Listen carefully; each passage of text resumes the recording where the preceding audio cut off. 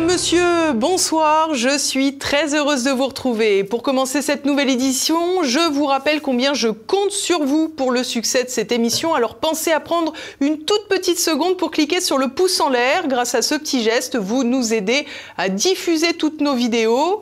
Vous pouvez aussi nous écrire dans les commentaires et puis bien sûr, abonnez-vous à la chaîne de TVL. Au programme ce soir, les nouvelles négociations autour de la guerre en Ukraine en Arabie Saoudite. Après une rencontre entre les émissaires de Kiev et de Washington dimanche, c'était le tour des Russes de discuter de la paix future avec l'oncle Sam. Des discussions qui révèlent des agendas bien différents. À l'heure du triste anniversaire des bombardements en Serbie, nous reviendrons également sur cette opération menée par l'OTAN et son idéologie néoconservatrice en 1999. Le géopolitologue spécialiste du Kosovo, Nikola Mirković, nous livrera son analyse. Nous partirons ensuite en Turquie, en proie à des manifestations d'ampleur. L'arrestation du maire d'Istanbul, opposant au président Erdogan, a mis le feu aux poudres dans cet État devenu incontournable dans la région. Et puis, de retour en France, nous nous pencherons une nouvelle fois sur le déclin du système de santé, un déclin de plus en plus mortel. L'avenir de Kiev bat toujours au rythme saoudien. Ce lundi, des délégations russes et américaines se rencontraient pour avancer sur les négociations de paix en Ukraine. Dimanche, c'est une délégation envoyée par Volodymyr Zelensky qui rencontrait les émissaires de la Maison-Blanche. Le point tout de suite. Toujours pas de rencontre trilatérale. Alors que Donald Trump influence toujours les débats pour avancer vers la paix en Ukraine, les délégations russes et ukrainiennes sont reçues séparément par les Américains à Riyad, en Arabie Saoudite. Selon le conseiller à la sécurité nationale, Michael Waltz, la paix est toutefois plus proche que jamais. We're moving closer and we're closer to peace than we ever have been. This started with President Trump talking to both leaders back to back. Ce lundi, la délégation russe devait donc échanger avec les États-Unis pour dresser les contours d'un cessez-le-feu au lendemain de discussions entre Kiev et Washington. Il semblerait d'ailleurs que la délégation ukrainienne ait refusé de rencontrer ses homologues russes. Alors que l'arrêt des frappes sur les infrastructures énergétiques avait été entériné la semaine dernière avec depuis des accusations de violation des deux parties, Kiev semble plaider pour un élargissement de la trêve aux infrastructures ferroviaires et portuaires. Une demande à laquelle le Kremlin ne devrait pas répondre favorablement sans d'importants engagements de la part de la Maison-Blanche. En effet, demander à Moscou d'épargner les réseaux ferrés ukrainiens revient à laisser libre l'acheminement de nouvelles armes et munitions pour Kiev. Une hypothèse qui s'inscrit donc dans la mise en garde formulée par Vladimir Poutine qui voit dans les demandes de cessez-le-feu général une occasion pour l'Ukraine de reprendre un peu de poil de la bête sur le terrain militaire, alors même que les soldats russes sont en passe d'en finir définitivement avec l'épopée estivale de la région de Koursk. Dans ce cadre, rien d'étonnant à penser que Vladimir Poutine joue la montre. C'est aussi ce qui pourrait expliquer que les émissaires russes envoyés à Riyad sont des profils plus technique que le très expérimenté diplomate Sergueï Lavrov, participant aux précédentes discussions. La Russie a toutefois voulu faire montre de sa bonne volonté en rendant 22 soldats ukrainiens blessés en plus des 175 prévus par les accords qui entérinaient une restitution mutuelle de combattants. Donald Trump aurait fait connaître sa proposition de placer les infrastructures nucléaires sous contrôle américain. Là encore, peu de chances que Moscou accède à cette éventualité. C'est toutefois une clé de compréhension dans les récentes attaques sur Zaporijjia. En effet, l'Ukraine accuse la Russie d'avoir frappé la zone, laissant planer la menace d'un accident nucléaire à cause de la présence de la centrale dans la ville. Une menace brandie par le camp ukrainien depuis longtemps. D'ailleurs, l'an dernier, Volodymyr Zelensky s'était déjà exprimé à ce sujet. Зараз наша розвідка отримала інформацію про те, що Росія розглядає сценарій терористичного акту на Запорізькій атомній станції. Терористичного акту з викидом радіації. Вони все підготували для цього. Une opération qui n'a jamais eu lieu. En réalité, si l'on peut toujours imaginer des dommages consécutifs à une riposte de la défense antiaérienne russe ou un dysfonctionnement, la zone étant majoritairement contrôlée par la Russie à ce jour, il est davantage probable que les frappes de la nuit dernière viennent de l'autre côté. Néanmoins, cette nouvelle opération de communication pourrait appuyer l'objectif de Trump, qui aurait le mérite pour Kiev, sinon de reprendre le contrôle de la centrale, de ne plus l'avoir entre les mains des Russes. Dans les négociations, Moscou exige toujours, et ne variera pas d'ailleurs, que l'Ukraine renonce officiellement à l'OTAN. En effet, bien que l'hypothèse soit désormais enterrée par tous les commentateurs sérieux, pas LCI donc, Kiev ne l'a jamais formalisée. L'Ukraine, de son côté, mise sur l'alliance pour obtenir des garanties de sécurité. Elle devrait donc réclamer d'autres contreparties pour une renonciation publique à cet objectif otanien. C'est là que l'Europe, en déroute, devrait intervenir pour récupérer la patate chaude avec la fameuse coalition des volontaires. Un terme promu par Emmanuel Macron et emprunté aux opérations américaines d'invasion de l'Irak entre 2001 et 2003, portées par Rumsfeld et Bush. Autre point crucial de la rencontre saoudienne, la question des céréales transitant par la mer Noire. En effet, la délégation russe a fait savoir qu'elle souhaitait trouver un chemin pour assurer la sécurité de la navigation dans la zone. En effet, l'accord d'Istanbul, signé en juillet 2023, avait pris fin un an plus tard après 2 prolongations. Moscou semble donc désireuse de remettre en marche le commerce international qui, selon la Banque mondiale, ne marche pas si mal dans la zone.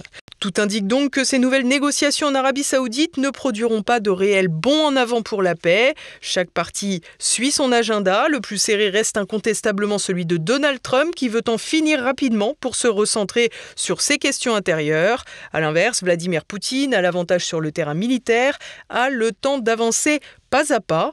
Du côté ukrainien, les choses sont moins claires. D'un côté, Volodymyr Zelensky, régnant sans mandat depuis mai dernier grâce à la loi martiale, joue sa vie dans les prolongations des combats, pendant que l'Ukraine, elle, meurt à petit feu.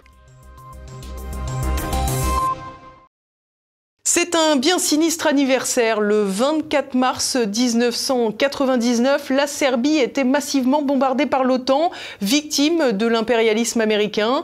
Reste à savoir si la page des ingérences néoconservatrices est maintenant tournée. Explication de Renaud de Bourleuf. Des bombardements sur le sol européen, plus proche de nous que l'Ukraine, c'était un 24 mars il y a 26 ans jour pour jour. L'OTAN commençait à lancer ses bombes sur la Serbie, alors membre de la République fédérale de Yougoslavie menée par Slobodan Milosevic. Pendant plus de 2 mois, les 10 000 frappes sont effectuées sans aucun mandat de l'ONU, attaquant des cibles militaires, mais aussi des infrastructures et le réseau électrique. Belgrade a par la suite fait état de 2500 morts et 12 500 blessés. Pour les États-Unis, alors dirigés par Bill Clinton, il s'agissait officiellement de contraindre le président serbe Milosevic à renoncer à une dite épuration des Albanais du Kosovo. Pourtant, l'ONG Human Rights Watch estime que 2 tiers des victimes civiles faisaient partie de cette population. L'essayiste Nikola Mirkovic revient sur les véritables objectifs américains dans cette attaque. Il y a une volonté de la part des atlantistes de disloquer la Yougoslavie pour la simple et bonne raison qu'à la chute de l'URSS et du bloc communiste en 1991, de nombreux pays de l'ex-bloc communiste ont décidé de rentrer d'abord dans l'OTAN, puis dans l'Union européenne. Le modèle yougoslave résistait. La Yougoslavie n'avait pas envie de rentrer dans ce bloc et voulait rester non alignée. Les atlantistes ne voulaient pas de modèle concurrent en Europe. Et donc, ils se sont échinés depuis 1991 à travers la guerre à démanteler la Yougoslavie. Et la Serbie a toujours eu un problème avec une très grande minorité albanaise dans sa province méridionale du Kosovo et de la Metochie, qui avait été assez virulente dans les années 70-80 et qui était plutôt calme. La situation était plutôt apaisée pendant les guerres des années 90. Elle a été réanimée à partir de 1996 avec la création d'un groupe terroriste qui s'appelle l'UCK, un groupe terroriste indépendantiste albanais. Les Serbes ont voulu lutter contre ce groupe terroriste. En 1998, il y a eu plusieurs centaines d'attaques de la part de ce groupe-là sur l'équivalent du Kosovo et la Metochie, sur ce territoire. Les Serbes ont dû envoyer l'armée et à partir du moment où alors que ce groupe était considéré comme un groupe terroriste, y compris par les États-Unis, jusqu'en 1998, à partir de 1999, la stratégie américaine atlantiste change. Le but n'était pas que de démanteler la Yougoslavie, mais vraiment d'affaiblir la Serbie, qui était considérée comme un État, on va dire, qui ne voulait pas se plier au modèle atlantiste et qu'il fallait punir. Comme il n'y arrivait pas par les sanctions, comme les guerres des années 90 ne suffisaient pas, eh bien, ils ont décidé d'attaquer illégalement, par l'intermédiaire de l'OTAN, la Serbie à partir du 24 mars 1999, et ce pendant 78 jours. Un exemple qui montre le refus des États-Unis devant le multilatéralisme naissant à la fin de la guerre froide. La volonté hégémonique s'est ainsi exprimée par les armes. La situation yougoslave aurait très clairement pu être réglée par la paix. On le sait maintenant, on a suffisamment d'accès aux informations. On aurait pu demander aux Yougoslaves ce qu'ils pensaient, ce qu'ils voulaient, et si vraiment la Yougoslavie devait être démantelée, cela aurait pu se faire pacifiquement. Il y avait une volonté d'utiliser la force. parce que la Yougoslavie et la Serbie en particulier ont servi de modèle, d'exemple au monde entier de ce qui se passe aux pays qui résisteraient à rentrer dans le modèle atlantiste. C'est pas un hasard si l'ambassade de Chine a été bombardée pendant cette attaque illégale de l'OTAN. Les atlantistes ont utilisé la force. Ça leur a permis aussi de montrer leurs armes, de tester on va dire un travail militaire en commun. C'était la première fois depuis la création du mouvement. C'était en plus le 50e anniversaire du mouvement. Donc c'était un peu une justification. Ils ont profité de cette situation pour utiliser la force, pour vendre des armes, pour donner un message au monde entier et aussi pour montrer quelle était l'issue qui était réservée à tous les pays qui ne voulaient pas se soumettre à Washington. Reste à savoir si cette page est tournée avec le retour à la présidence des États-Unis de Donald Trump. À la fin du mois de février, le nouveau chef d'État et son ministre de la Défense, Pete Hegseth, ont commencé la refonte de l'armée. Plusieurs hauts responsables ont été limogés, à commencer par le chef d'État-major. Donald Trump semble chercher à avoir une armée conforme à ses vues politiques. Il reste toutefois difficile de dire si c'est la fin des ingérences américaines. Je pense qu'il est trop tôt. N'oublions pas que les États-Unis ont mené plus de 500 guerres à l'étranger depuis leur déclaration d'indépendance en 1776, que la politique du grand bâton dont avait parlé Roosevelt, du marteau plus tard, est un peu inhérente au mode opératoire des États-Unis à l'étranger. Donald Trump fait figure de personnage atypique dans la succession des présidents américains. Il est le seul président, lors de son premier mandat, à n'avoir jamais déclenché de nouvelles guerres. Pour autant, il y a un complexe militaro-industriel qui est extrêmement puissant. Le président Eisenhower nous en avait prévenu dès le début des années 60. Est-ce qu'il va pouvoir vraiment faire plier ce complexe militaro-industriel? Est-ce qu'il va pouvoir se plier de cet outil assez impressionnant qui a permis vraiment d'établir la politique étrangère américaine? C'est la politique des sanctions, la politique de la guerre ont réussi à faire plier de nombreux pays dans le monde. Est-ce que Trump va pouvoir résister? L'avenir nous le dira. Pour l'instant, en tout cas, il ne montre pas de volonté de vouloir rentrer dans cette logique conservatrice de bombardement, de soumission militaire, d'autant plus que les temps ont changé. Dans les années 90, il n'y avait pas de véritable opposition ou pas d'armée capable de résister à l'armée américaine. Aujourd'hui, la situation a beaucoup changé. Donc Donald Trump semble avoir pris cela en considération. À croire que l'Amérique comprend que le monde multipolaire est devenu trop complexe pour qu'un pays puisse jouer aux gendarmes dans un jeu manichéen. La rue se fait à nouveau entendre en Turquie. 9 ans après une tentative de coup d'État raté, c'est désormais l'arrestation du maire d'Istanbul qui a mis le feu aux poudres. Tour d'horizon avec Olivier Frère-Jacques. Des milliers de Stambouliotes dans les rues et des affrontements avec les forces de sécurité. La Turquie pourrait bien être à l'aube d'une crise politique majeure avec l'arrestation d'Ekrem İmamoğlu, maire d'Istanbul et figure de l'opposition, pour des soupçons de corruption. Cette décision judiciaire prise dimanche a entraîné son incarcération à la prison de Silivri, près de la capitale, et sa suspension de ses fonctions municipales. Principal rival du président Recep Tayyip Erdogan en vue de la présidentielle de 2028, İmamoğlu devait être investi le même jour comme candidat du Parti républicain du peuple, le CHP, la gauche laïque qui revendique l'héritage d'Atatürk. Son arrestation a déclenché une vague de manifestations sans précédent depuis plus d'une décennie, avec des dizaines de milliers de personnes descendant dans les rues d'Istanbul, d'Ankara, d'Izmir et d'au moins 55 des 81 provinces que compte le pays. Les faits reprochés à İmamoğlu incluent des irrégularités présumées dans des appels d'offres publics qui auraient bénéficié à son entreprise familiale. Une accusation initiale de soutien au terrorisme, liée à ses liens avec le parti pro-kurde DEM, a été écartée par l'appareil judiciaire. Cependant, ses partisans ainsi que le CHP dénoncent un coup d'État politique orchestré par le pouvoir pour éliminer un adversaire dérangeant. De son côté, le gouvernement rejette ces allégations, affirmant que la justice agit dans le cadre légal. Erdogan a par ailleurs tenu à envoyer un message de fermeté. Sokaklara çıkarak yanına sol örgütleri, marjinalleri, vandalları alarak milli iradeye parmak sallama dönemleri artık geride kalmıştır. Sokak terörü üzerinden siyasete ve adalete istikamet çizildiği günler eski Türkiye ile birlikte tamamen mazide kalmıştır. Ces événements s'inscrivent dans un contexte de tensions politiques croissantes en Turquie où Erdogan, au pouvoir depuis 2003, d'abord comme Premier ministre puis comme président depuis 2014, fait face à une opposition renforcée. Le séisme qui avait frappé le sud-est du pays à la frontière syrienne en 2023 a mis à mal le pouvoir en place, illustrant les failles des infrastructures d'un pays qu'il dirige depuis plus de 2 décennies. Il convient de souligner ici, sans en tirer de conséquences hâtives, la concomitance entre l'arrestation du maire d'Istanbul et les manifestations qui en découlent avec la récente volonté affichée du parti kurde PKK, considéré par terroriste par l'État turc, de négocier et de déposer les armes. La crise que traverse aujourd'hui la Turquie rappelle les multiples coups de force et tentatives de coup d'État qui secouent épisodiquement le pays. Ainsi, la tentative de coup d'État du 15 juillet 2016 avait vu une faction de l'armée tenter de renverser Erdogan, déployant chars et avions dans plusieurs villes, dont Ankara et Istanbul. Le putsch, qui avait fait plus de 250 morts, avait échoué face à la résistance populaire et la loyauté d'une partie des forces de sécurité. Erdogan avait accusé le prédicateur Fethullah Gülen, exilé aux États-Unis, d'être le cerveau de l'opération, une allégation que ce dernier a toujours niée. En réponse, le gouvernement avait lancé une purge massive, arrêtant des dizaines de milliers de personnes et limogeant plus de 100 000 fonctionnaires, renforçant ainsi son contrôle sur les institutions. Les manifestations de dimanche ont, elles, donné lieu à des heurts avec la police, avec plus de 350 arrestations signalées. Le gouvernorat d'Istanbul a prolongé une interdiction des rassemblements, tandis que le pouvoir a demandé la fermeture de plus de 700 comptes sur le réseau social X.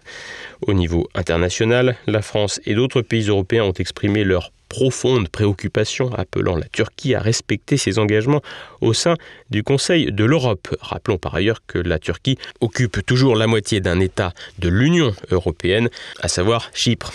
La situation reste incertaine. Si l'arrestation d'Imamoglu peut marquer un tournant autoritaire, la mobilisation massive dans la rue, avec notamment 15 millions de votants à la primaire symbolique du CHP, montre une détermination de l'opposition. Replacée au cœur du jeu régional dans le cadre du conflit syrien, mais aussi impliquée dans le dossier ukrainien grâce à son positionnement stratégique, la Turquie d'Erdogan a su concilier une certaine forme de nationalisme et un islam plutôt conservateur, tout en devenant une force pivot de la région, se trouve aujourd'hui face à un test important. Il conviendra ainsi de contenir l'opposition sans se brûler les ailes auprès des partenaires occidentaux, un équilibre qu'Erdogan a su tenir jusqu'à présent. Les urgences sous tension. Selon une récente étude, le temps d'attente ne cesse d'augmenter dans les services d'urgence, provoquant alors une surmortalité chez les patients. Le point de Louis de Torcy. 3 heures. Voilà la durée d'attente moyenne dans les services d'urgence avant d'être prise en charge. Une situation alarmante qui s'aggrave au fil du temps, notamment en raison des suppressions de milliers de lits d'hôpitaux. 48 000 depuis 10 ans. Le nombre de médecins s'amenuise lui aussi chaque année, en particulier dans les campagnes. Des déserts médicaux contraignant les Français à se diriger vers les hôpitaux alors qu'un généraliste aurait suffi. Dans un rapport paru en novembre dernier, la Cour des comptes et l'adresse, le service statistique du ministère de la Santé, estimait que près de 2 consultations sur 5 dans les hôpitaux pourraient être prises en charge ailleurs. Les hôpitaux également en sous-effectif. Résultat, des couloirs remplis de brancards, du personnel surmené et une mortalité à la hausse. Concrètement, la situation catastrophique dans les hôpitaux, désormais officiellement à l'origine d'une perte de chance pour les patients. Toujours selon la Cour des comptes, une nuit passée sur un brancard aux urgences augmente de 40% le risque de décès chez les personnes âgées. Pour Mathias Vargon, chef du service d'urgence de l'hôpital de Saint-Denis et homme particulièrement odieux pendant la crise du Covid, le problème vient également de l'organisation des hôpitaux. Sur les passages longs des patients aux urgences, je suis désolé, mais il y a un moment, il y a des problèmes d'organisation aussi. Je le dis, il y a des services d'urgence qui s'organisent, d'autres qui sont moins organisés avec la même charge et dans les mêmes conditions. Après, il y a aussi l'organisation de l'hôpital. Il faut savoir que tous ces patients qui stagnent aux urgences, et j'en ai parlé dans le discours introductif, c'est des patients qui sont pas pris dans les étages. Ce qu'on appelle les étages, c'est les spécialités. Et il y a certains CHU où les taux d'occupation sont pas maximum. Au-delà des responsabilités de la direction des hôpitaux, les orientations politiques ont leur lot de conséquences pour les soins des Français. Des Français désormais affligés par un système de santé qui était encore envié à l'étranger il y a quelques années. Je suis étudiant en médecine du coup à l'hôpital et effectivement on le voit quand même au quotidien qu'il y a une vraie souffrance dans les services où il y a un vrai manque un peu partout finalement et ça se ressent surtout aux urgences. Écoutez, c'est catastrophique parce qu'aux urgences on y va parce qu'on ne trouve pas de médecins en ville. Les médecins généralistes ferment leur cabinet et il n'y a personne qui reprend, qui veut assurer les amplitudes horaires comme c'était fait auparavant. Les médecins commencent à 8h, finissent à 8h. Et du coup, on est obligé d'aller aux urgences aussi avec une angine parce qu'on ne trouve pas de médecin. Et ça engorge. Et quand il y a une urgence vitale, ça pose problème après pour prendre tout le monde. Et moins en moins de médecins, moins en moins d'infirmiers qui sont en burn-out. Je dirais que moi, en tant que soignant, il aurait fallu que l'organisation soit tout autre, qu'on puisse avoir du personnel pour qu'à un moment donné ou à un autre, qu'on puisse sortir des soins et avertir les familles qui attendent dehors, parce que là aussi c'est du stress et on dit souvent qu'il y a de l'agressivité aux urgences, c'est parce que les gens restent fort longtemps à attendre leurs patients, leurs familles, sans avoir de nouvelles. Moi je ne suis pas beaucoup passé par les urgences, donc je ne pourrais pas vous en parler. Mais en tout cas de ce que je vois au travers des soignants à qui j'ai travaillé ou les étudiants qui ont fait plus d'années que moi, tout le monde voit qu'il y a quand même un gros manque de moyens. Même l'accompagnement des étudiants il est compliqué parce qu'il n'y a pas assez de médecins pour nous encadrer et donc les stages ils sont assez compliqués. Donc il y a un gros manque de moyens sur toute la ligne depuis nos études jusqu'à notre pratique. Le temps d'attente aux urgences, comme on sait qu'il n'y a personne dans les hôpitaux pour travailler, c'est assez logique.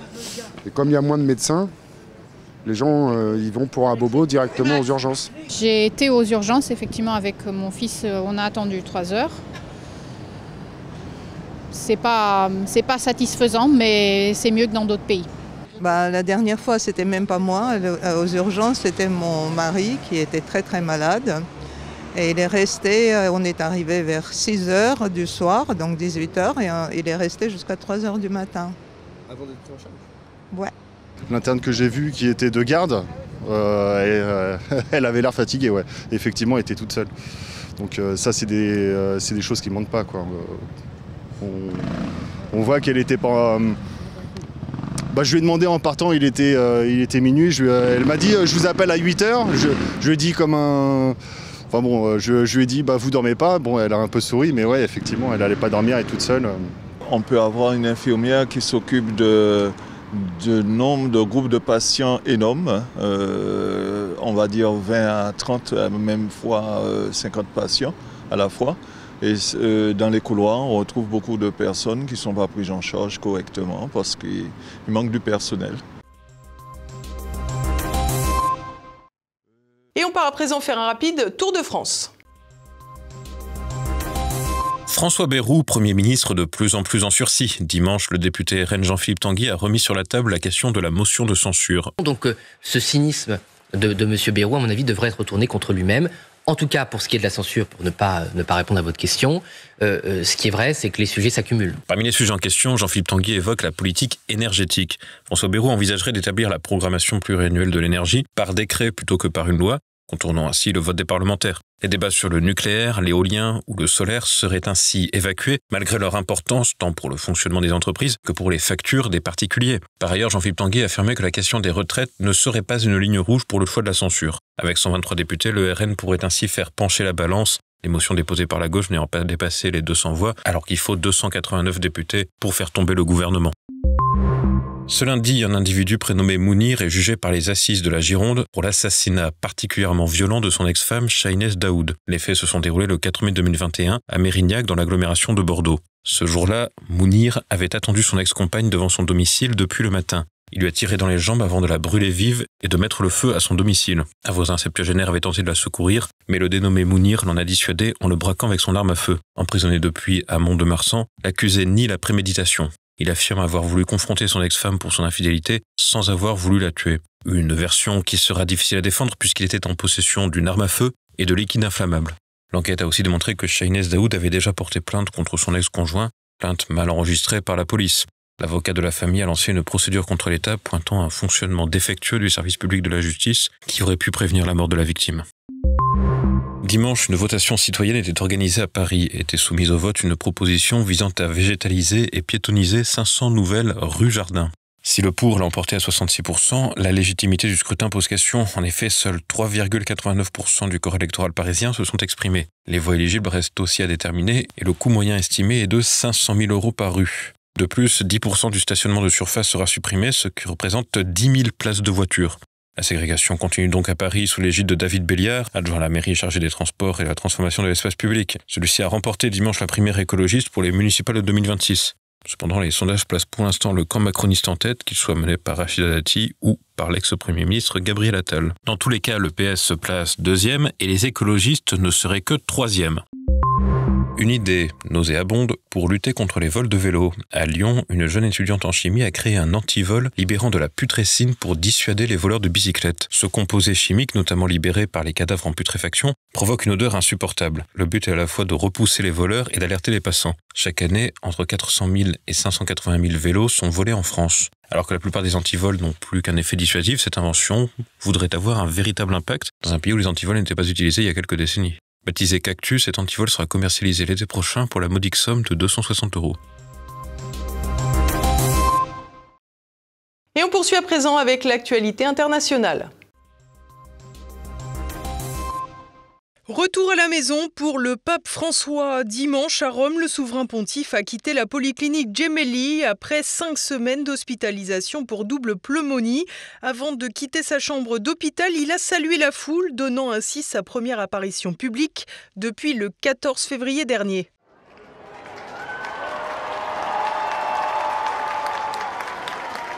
De retour dans la résidence Sainte-Marthe au Vatican, le pape François a désormais un emploi du temps adapté. Selon ses médecins, sa convalescence devrait durer environ 2 mois. Ses jours ne sont a priori plus en danger, mais le pape est très affaibli après la plus longue hospitalisation depuis le début de son pontificat. Des rumeurs continuent donc de circuler autour d'une éventuelle renonciation. Netanyahou va-t-il survivre à la reprise de ses bombardements sur Gaza ? Depuis l'attaque terroriste du Hamas le 7 octobre 2023, le Premier ministre israélien instrumentalise le conflit pour se maintenir à la tête d'un pays qui lui est de plus en plus hostile. Dernier exemple en date avec la reprise des opérations de bombardement sur Gaza, alors même que les négociations pour libérer les otages avec le Hamas et le djihad islamique étaient toujours en cours. Une décision qui avait rapidement été condamnée par Isaac Herzog, le président israélien lui-même. אי-אפשר שלא להיות מוטרדים עמוקות מהמציאות הקשה שמתרחשת לנגד עינינו. אלפים רבים של צווי מילואים כידוע חולקו בזמן האחרון. לא ייתכן לשלוח את בנינו לחזית ובה בעת להוביל מהלכים שנויים במחלוקת ומעוררי קיטוב עמוק בעם. לא ייתכן לחדש את הלחימה כדי לקיים את הציווי הקדוש להחזיר את החטופים ובה בעת לא להקשיב ולתמוך במשפחותיהם החרדות שעוברות גיהנום עלי אדמות. Outre le fait de mettre encore davantage en danger les otages israéliens, les nouvelles opérations de Tel Aviv viennent alourdir le bilan humain déjà catastrophique. Tout porte donc à croire que Benjamin Netanyahou joue cette partition pour sa propre survie. Ainsi, à l'heure d'un vote crucial au Parlement, le Premier ministre aurait cédé aux volontés des membres du gouvernement issus de l'extrême droite sioniste afin qu'ils soutiennent le texte. Une petite politique loin des enjeux et de l'avenir du Moyen-Orient. L'or à la cote, le métal précieux dépasse désormais les 3 000 $ l'once, soit environ 18 grammes. Après une hausse de 14,4% cette année et 27,2% en 2024, sa meilleure performance depuis 2010, cette montée pourrait se poursuivre, portée par les achats massifs des banques centrales, notamment du côté de la Chine ou de la Pologne. Avec un dollar faible, moins 6% sur l'US dollar index et des anticipations de baisse de taux par la Fed, l'once pourrait atteindre 3 500 $ au 3e trimestre si la demande continue de suivre. Plus généralement, l'incertitude géopolitique semble largement profiter à ce qui est toujours perçu, à raison, comme la valeur refuge par excellence, et c'est donc parti pour durer.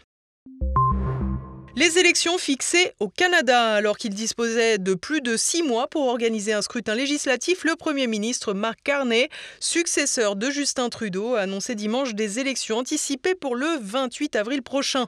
Après des mois de crise politique, il entend reprendre la main en ciblant Donald Trump, qu'il accuse de vouloir briser le Canada pour en faire le 51e État américain. Carney entend aussi légitimer son pouvoir pour tenir la dragée haute à son voisin. Et voilà, c'est déjà la fin de cette édition. Dès à présent, retrouvez Politique et Éco. Pierre Bergerot reçoit Éric Doutrebente, président de la financière Tiepolo, pour évoquer l'impact du réarmement, de l'IA et de l'or pour les épargnants. Par rapport à ce plan, n'a pas de souci à se faire. Non, je pense qu'il faut, c'est pas avoir de l'argent liquide, cash sur un portefeuille, sur un compte. Donc ça, il faut essayer d'avoir entre les livrets A, les LDD, les SICAV monétaires que les gens ont complètement oublié. SICAV monétaire, vous achetez une SICAV un jour, vous la revendez le lendemain.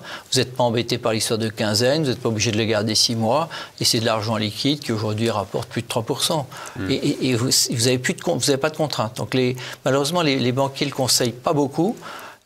Parce que c'est un peu plus dur à gérer. Et puis dans leurs aspects de fonds propres, et les aspects de fonds propres et réglementaires, ça ne rentre pas dans les mêmes cadres. Également au programme de votre soirée, le Zoom du jour, Bertrand Saint-Germain évoque le port d'armes en France. C'est à présent la fin de cette édition. Merci à tous pour votre fidélité. On se retrouve demain. En attendant, portez-vous bien. Bonsoir.